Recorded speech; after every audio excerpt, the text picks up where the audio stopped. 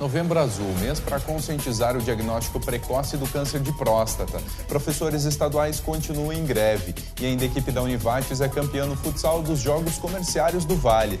Essas e mais notícias a partir de agora. O Jornal da Univates, primeira edição, está no ar.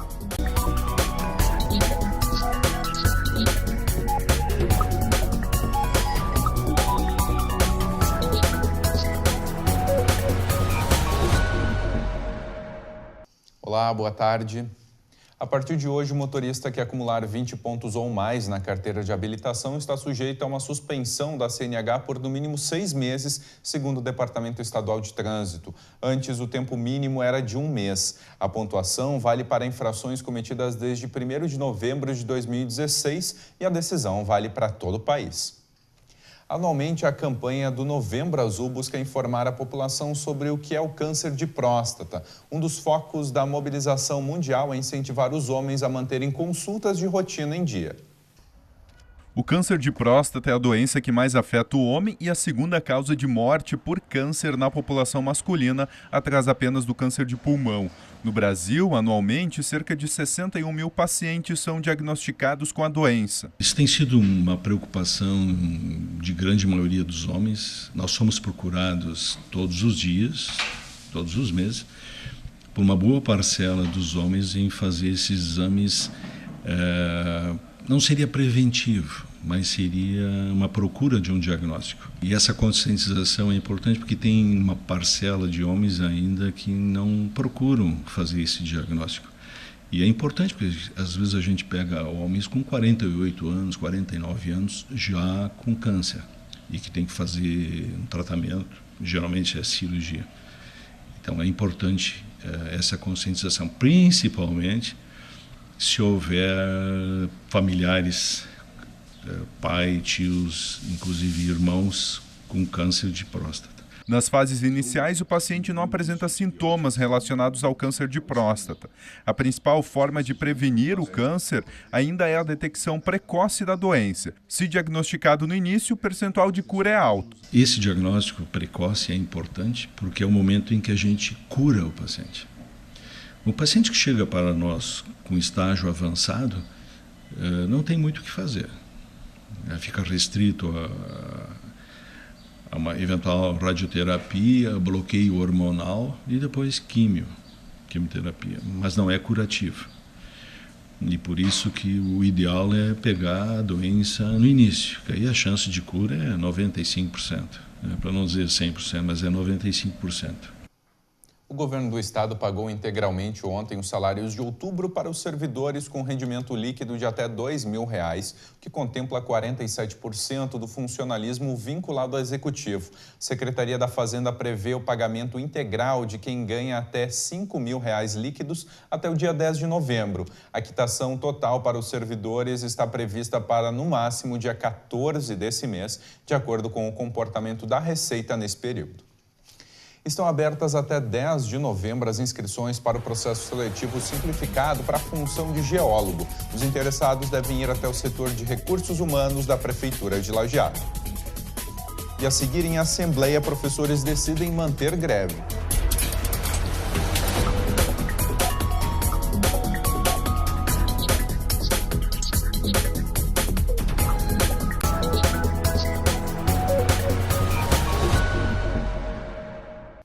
O Tribunal de Contas da União deve solicitar mais prazo para avaliar o edital de concessão da BR-386.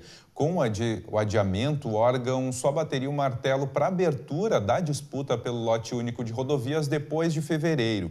A ideia é que BR-290, 448, 101 e 386 sejam licitadas em conjunto. O Codevate tenta uma agenda em Brasília para o dia 13 de novembro para confirmar as informações. Reparos na ponte do Arroio Boa Vista, no quilômetro 348 da BR-386, entre Estrela e Lajeado, começam a ter encaminhamentos pelo governo do Rio Grande do Sul. Na semana passada, técnicos do DAER avaliaram os estragos provocados por um acidente de trânsito ocorrido no mês de maio. O guarda-corpo e a estrutura da laje de passeio teriam sido prejudicados com o impacto da batida que envolveu um caminhão e vitimou 2 pessoas. No estado, a obra é tratada como emergencial. Para isso, a Secretaria de Transportes avalia laudos técnicos e orçamentos financeiros que depois devem permitir que datas sejam estipuladas. A demora no encaminhamento aconteceu pela mudança na responsabilidade sobre o trecho que era da União e passou para o estado. Ontem, em Assembleia Geral em Porto Alegre, o CEPER Sindicato decidiu permanecer com a greve do magistério estadual. Já são quase 2 meses de mobilização e, pelo visto, vai continuar assim até que as duas partes se acertem. 57 dias paralisados. Esse é o tempo que o magistério estadual permanece em greve. Em Lajeado, as escolas estaduais Castelo Branco e Herco Veríssimo são as que têm mais professores participando do movimento. Há poucos dias, o estado enviou uma proposta para o sindicato. Mesmo assim, na Assembleia Estadual de ontem, ficou definido. A greve continua. Nesses pontos apresentados, 2 pontos que nós consideramos que são favoráveis, que é a não perseguição e a não demissão dos professores contratados e que têm direito a garantido de greve. E o segundo ponto é relativo à manutenção do pagamento sendo feito no último dia útil do mês trabalhado. Então, esses são 2 pontos que nós aceitamos e o governo tenta condicionar o pagamento do 13º e o pagamento em dia à aprovação dos seus projetos que estão na Assembleia e aos quais a gente não concorda porque eles reduzem os gastos com investimentos. Nos próximos dias continuam as negociações entre o CEPER Sindicato e o governo do estado. A gente vai debater essa proposta do governo nas nossas assembleias regionais. A gente vai encaminhar para o debate e vai fazer uma contraproposta que será encaminhada para o Conselho Geral do CEPER e depois será apresentada ao governo. Movimento que mostra sua força. Em quase 2 meses, várias escolas estiveram paralisadas totalmente ou parcialmente. O governo tentou medir forças com nós e, na verdade, ele sentiu que a nossa greve é uma greve forte, tanto é que provocou um impacto muito grande com relação às aulas, tanto é que o ano quase que fica comprometido. Então, agora, no limite, o governo apresenta então uma proposta para tentar negociar com a educação. Agora basta saber até quando o movimento vai continuar e as aulas, como recuperar. O que nós estamos apostando? Nós entramos agora no mês de novembro e nós entramos com atraso de salários novamente.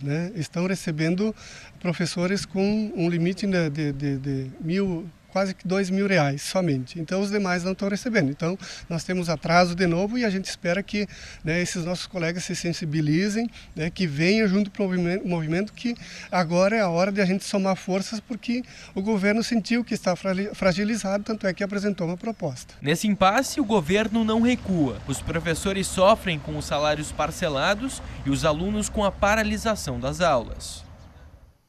E agora a gente fala do tempo. A massa de ar seco que atua sobre o estado mantém o predomínio do sol na região. As temperaturas continuam subindo e esquenta nessa tarde com máximas que devem ficar próximas dos 28 graus. Amanhã o tempo permanece firme e com sol no vale. Veja as temperaturas para amanhã na região.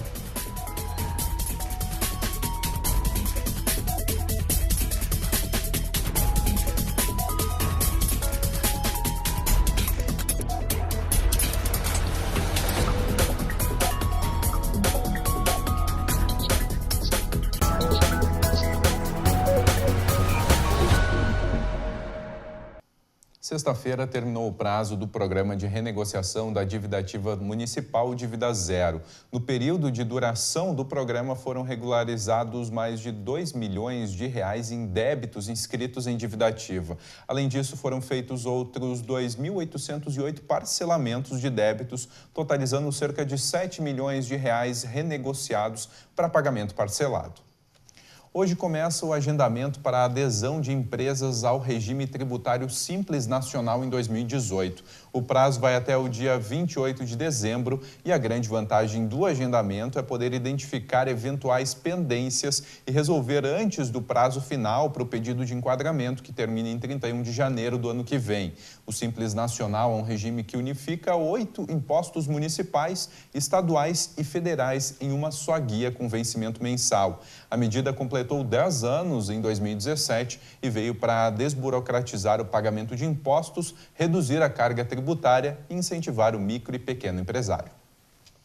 O significado da palavra engajamento traz na definição algumas pistas para o sucesso no ensino, como empenho, compromisso e envolvimento. Mas é na prática que o engajamento transforma realidades e realiza sonhos, como você confere na reportagem da UX TV, uma emissora parceira da Rede Prosa.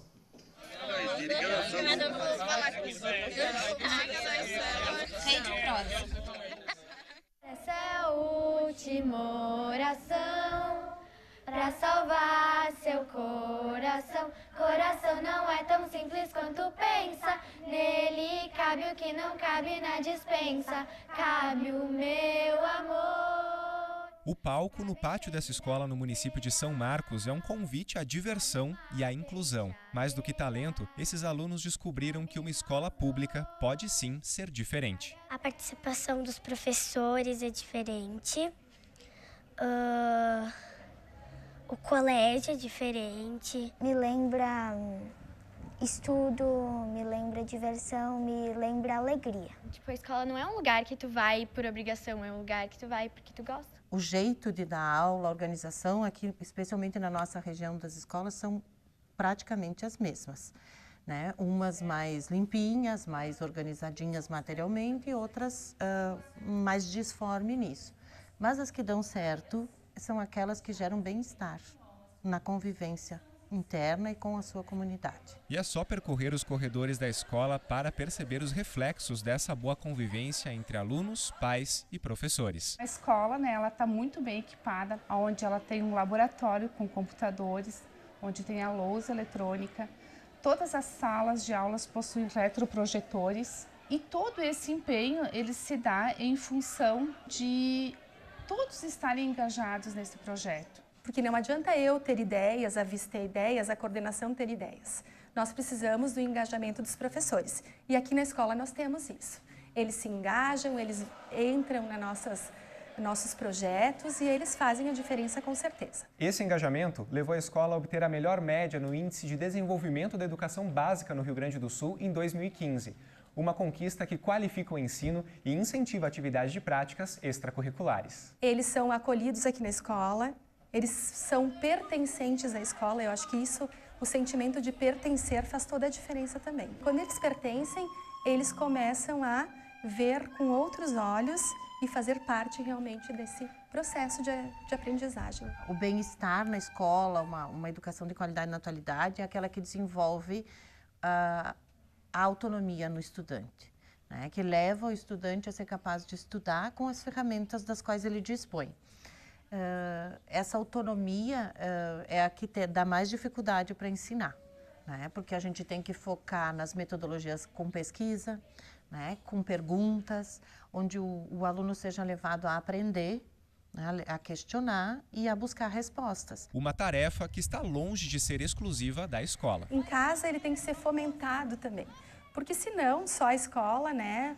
Sozinha não consegue resultado nenhum. Então a gente precisa desse vínculo com os pais e desta participação com os pais para ter resultados bons. Tão bons quanto um palco dividido por múltiplos sonhos. Uma penteadeira, cabe nós dois, cabe até o meu.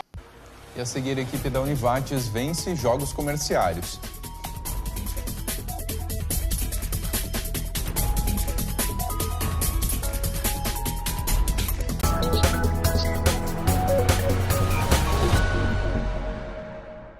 O Ministério do Planejamento informou que o governo baixou novamente a previsão para o salário mínimo de 2018, passando de R$ 969 para R$ 965.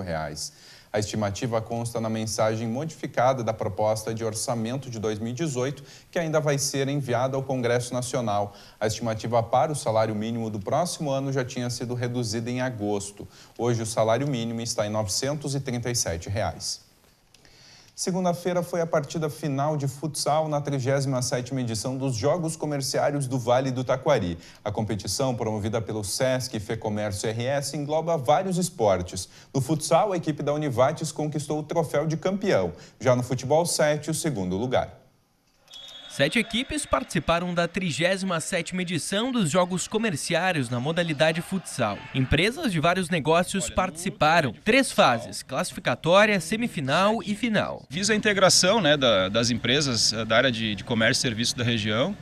E então a gente fez um esforço, já tem feito um esforço para juntar um pessoal para formar um time, tanto na modalidade 7 como salão, para participar, para gerar essa integração. E é sempre muito bom quando a gente consegue ganhar também, né? Porque a gente fica feliz que o trabalho tá dando certo, tá funcionando, é bacana. Na final, de um lado o time da Univates e de outro o elenco da Valecross Dream. 40 minutos decisivos que deram à equipe da Univates o título de campeão. Conseguimos então depois trazer a final aqui para a Univates, que foi bacana também, né? A gente conversou com o SESC, que nós temos o espaço aqui. Então eles providenciaram ambulância, segurança, para poder realizar a final e utilizar o espaço que a gente tem aqui, que é muito legal, né, que é muito bacana, e trazer para dentro de casa, que a gente tinha muita confiança que a gente ia conseguir um bom resultado e ganhar em casa. Depois de conquistar o primeiro lugar no futsal, agora os 12 jogadores se preparam para o campeonato estadual, que acontece em Porto Alegre nesse mês. Essa competição regional aqui classifica para estadual, então no dia 11 de novembro e 12 de novembro vão acontecer os jogos na etapa estadual, lá em Porto Alegre, na sede do SESC em Porto Alegre, na Campestre lá. E lá estão empresas de todo o estado, né, os campeões regionais. Competição que vai além da arte do futsal, passa as 4 linhas e permite a quem participa a integração entre os jogadores. Momento de trocar o trabalho por descontração. Vou te dizer que tem muita gente que eu conheci mais a fundo nesses momentos do futebol, né? Porque a gente cruza com as pessoas no corredor, às vezes a gente troca serviços, a gente interage no ambiente profissional e às vezes a gente não tem a condição de estar conhecendo mais profundamente as pessoas, e então nesses momentos é que a gente, né, então estreita os laços de amizade mesmo. Isso é muito legal. Eu acho muito importante a participação de todos nesses momentos.